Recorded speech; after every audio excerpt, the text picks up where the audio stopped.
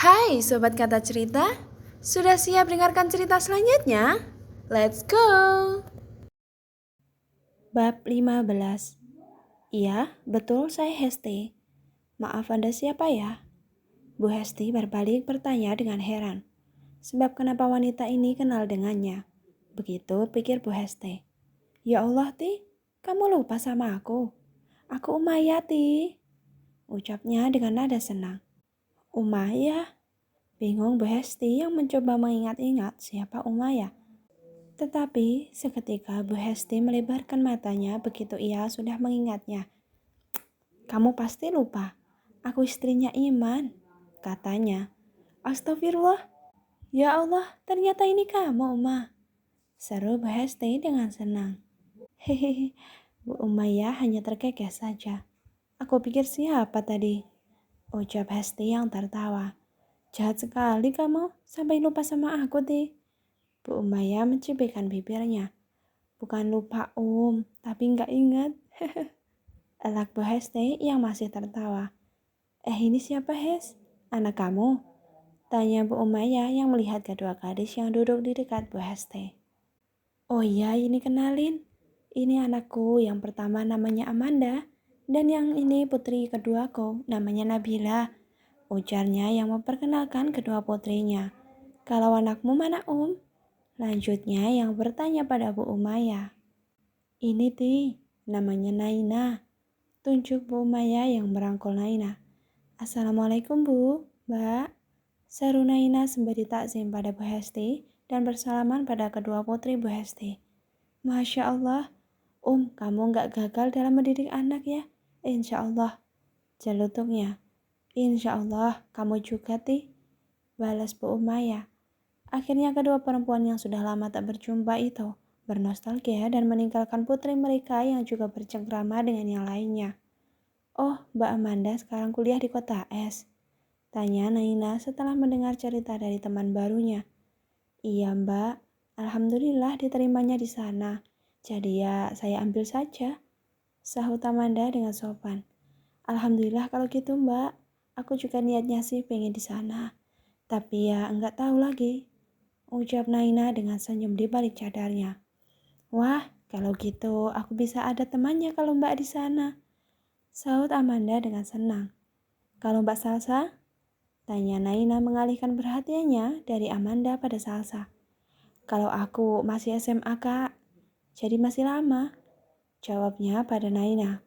Walah, sampean belum lulus toh mbak. Sahut Naina. Hihihi, umur Salsa masih kecil kak, masih 18 tahun. Ucapnya dengan cepat. Kalau Kak Naina sendiri umur berapa? Lanjutnya dengan bertanya. Alhamdulillah, aku sudah umur 19 tahun, Mbak. Sahutnya dengan senyum di balik cadarnya. Wah, kita cuma beda 1 tahun saja, Kak. Jadi nggak usah panggil aku Mbak, Kak. Cukup nama aja. Celotehnya. Gimana kalau aku panggil Dek saja? Usul Naina pada Salsa. Nah, itu juga boleh, Kak. Sahutnya. Akhirnya para perempuan mengobrol. Ngalor ngidul. Ada aja yang mereka bahas. Di sisi lain, kehebohan bukannya hanya terjadi di para perempuan saja, tapi juga terjadi di para kaum Adam. Seperti saat ini, mereka para pria alumni dari Al-Hakam sedang berkumpul setelah acara tasyakuran selesai. Mereka reuni dalam berkedok tasyakuran yang diadakan oleh sahabat dan teman mereka. Namun, ada yang lebih menarik lagi dari pembicaraan itu. Seperti tiba-tiba saja ada yang berbicara tentang menjodohkan anak-anak mereka pada temannya masing-masing. Tentu saja, ajang pencari jodoh untuk anak mereka dimanfaatkan sebaik mungkin.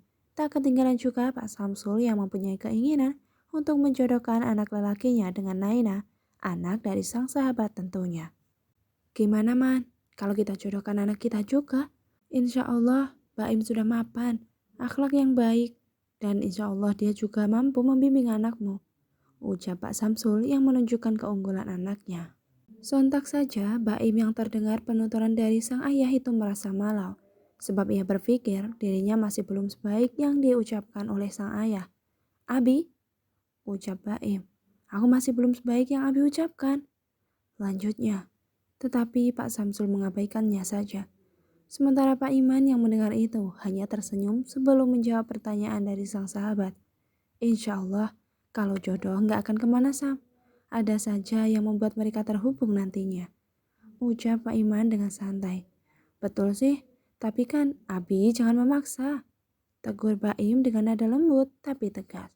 Ya sudahlah, Pak Samsul akhirnya pasrah saja. Baim yang mendengar ucapan Pak Iman mengerti akan maksudnya. Beliau tidak mengiyakan ataupun menolaknya. Ia seperti mengalir begitu saja. Sam, aku sekeluarga izin pamit ya. Ucap Pak Iman yang berpamitan pada pemilik rumah. Loh kok pulang sih Man? Nginep saja. Ini sudah malam loh. Pucuk Pak Samsul pada Pak Iman. Tapi aku sudah terlalu lama tinggalin toko Sam. Pak Iman mencoba memberi alasan yang masuk akal untuk menolak dengan halus pujukan Pak Samsul.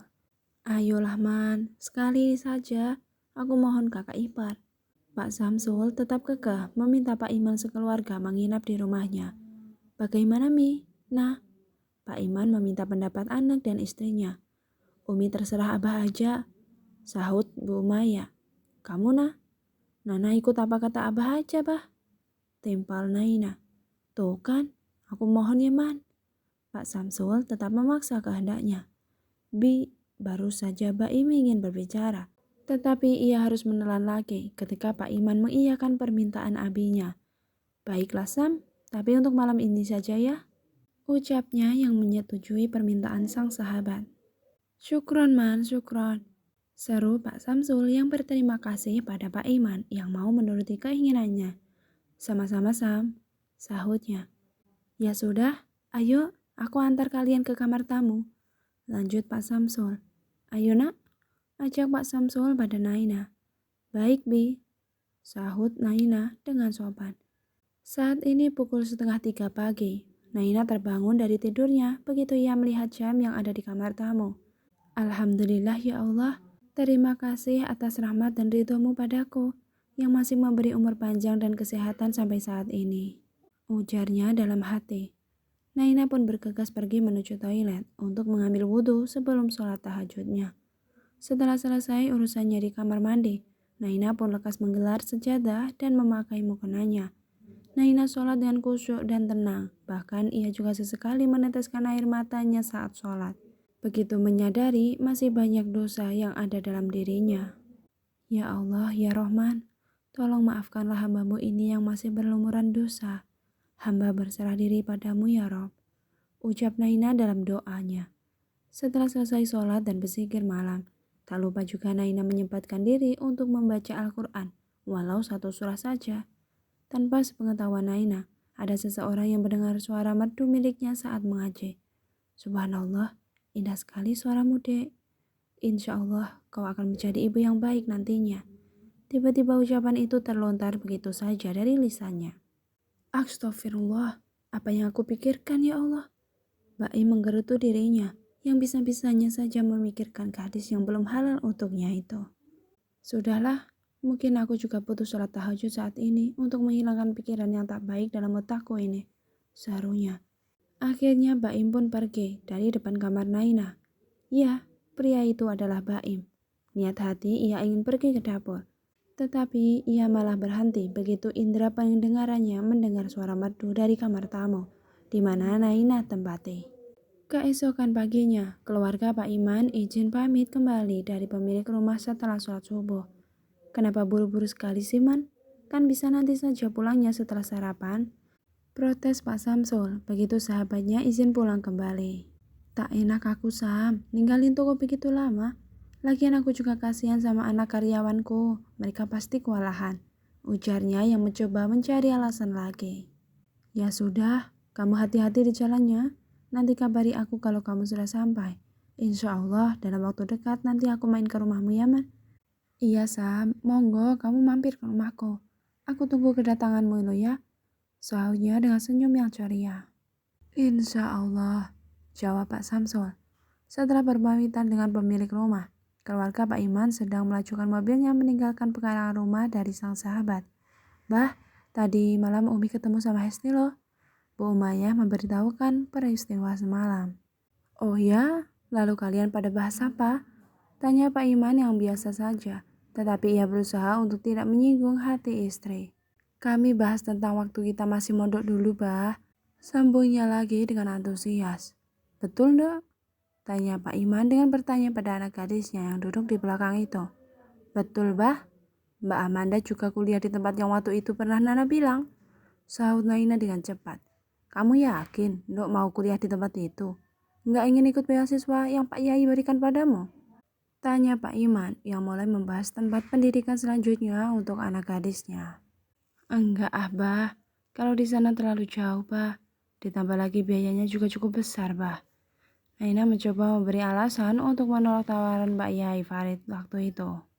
Insya Allah, Abah masih sanggup nak buat ngirim sanggup kamu selama di sana. Pak Iman berusaha membujuk anaknya. Bah, Nana mohon. Dengan nada memohon, Naina menolak permintaan itu. Lagian Nana selama 7 tahun di pondok jarang di rumah. Masa sekarang Nana mau dikirim lagi, Bah? Protes Naina dengan mencibirkan bibirnya. Bah, jangan dipaksa. Lagian Umi juga nggak setuju kalau Nana dikirim ke Madinah. Ya, walaupun tujuannya untuk belajar, tapi kan itu terlalu jauh, Bah. Umi nggak ridho kalau Naina pergi ke sana sendirian. Lagian di sini juga universitas juga tak kalah bagus. Bu Umaya juga tidak menyetujui permintaan sang suami. Pak Iman mendengar protesan anak dan istrinya, hanya bisa menghela nafasnya dengan pasrah. Baiklah, nanti Abah akan bilang sama Pak Yai, sahutnya dengan lesu.